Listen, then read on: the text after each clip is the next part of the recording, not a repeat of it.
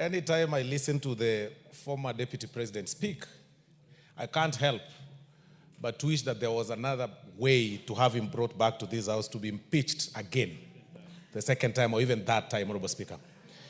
Because, Honorable Speaker, I do not know what one single individual, the kind of venom one single individual holds in his mind, Honorable Speaker. In 2007, that is being referred to by the Honorable Gachagua, Honorable Speaker, I was a university student, I was in the university, Honorable Speaker. But at the time that the skirmishes were happening, Honorable Speaker, I was in Molo as a rider, as a border rider, Honorable Speaker. And I remember, Honorable Speaker, being accosted by about 5 people, Honorable Speaker, who wanted me to speak in a certain language, Honorable Speaker, that I didn't understand. They took away my motorbike, and I had to run, Honorable Speaker, for my life. And I found myself, Honorable Speaker, in a petrol tanker that I didn't know then where it was going, only to find myself, Honorable Speaker, in Lunga Road, industrial area, Honorable Speaker. How can a person describe that, Honorable Speaker, as a Christmas party, Honorable Speaker?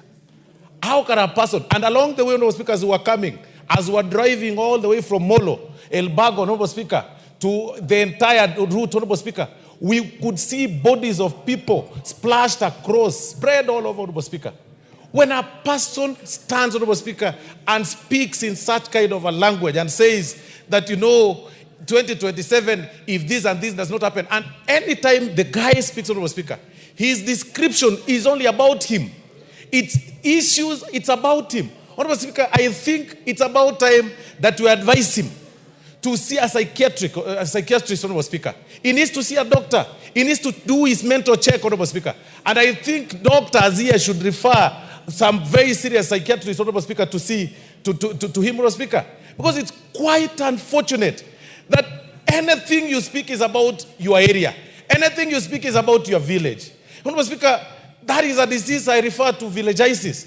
That when you wake up, the only place you'll have is one village. When you speak about one area. When you wake up, you speak, even the meetings you hold is from one village, Honorable Speaker. How selfish can an individual be? That any person that does not subscribe to your line of thought is an enemy. Your particular line of thought, be it artists who are working hard for themselves, be it politicians who are, engaged in political associations across, those are your enemies.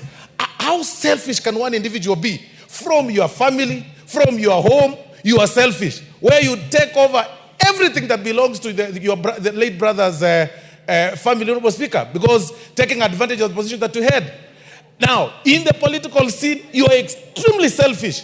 That if you see artists visiting a deputy president, a sitting deputy president, a serving deputy president, Honorable Speaker, you take offense and go out there, complain about them, and rant about them. Honorable Speaker, it's about time we call out the NCIC, we call out the National Police Service, we call out the IG for selectively, for being selective on matters law, Honorable Speaker.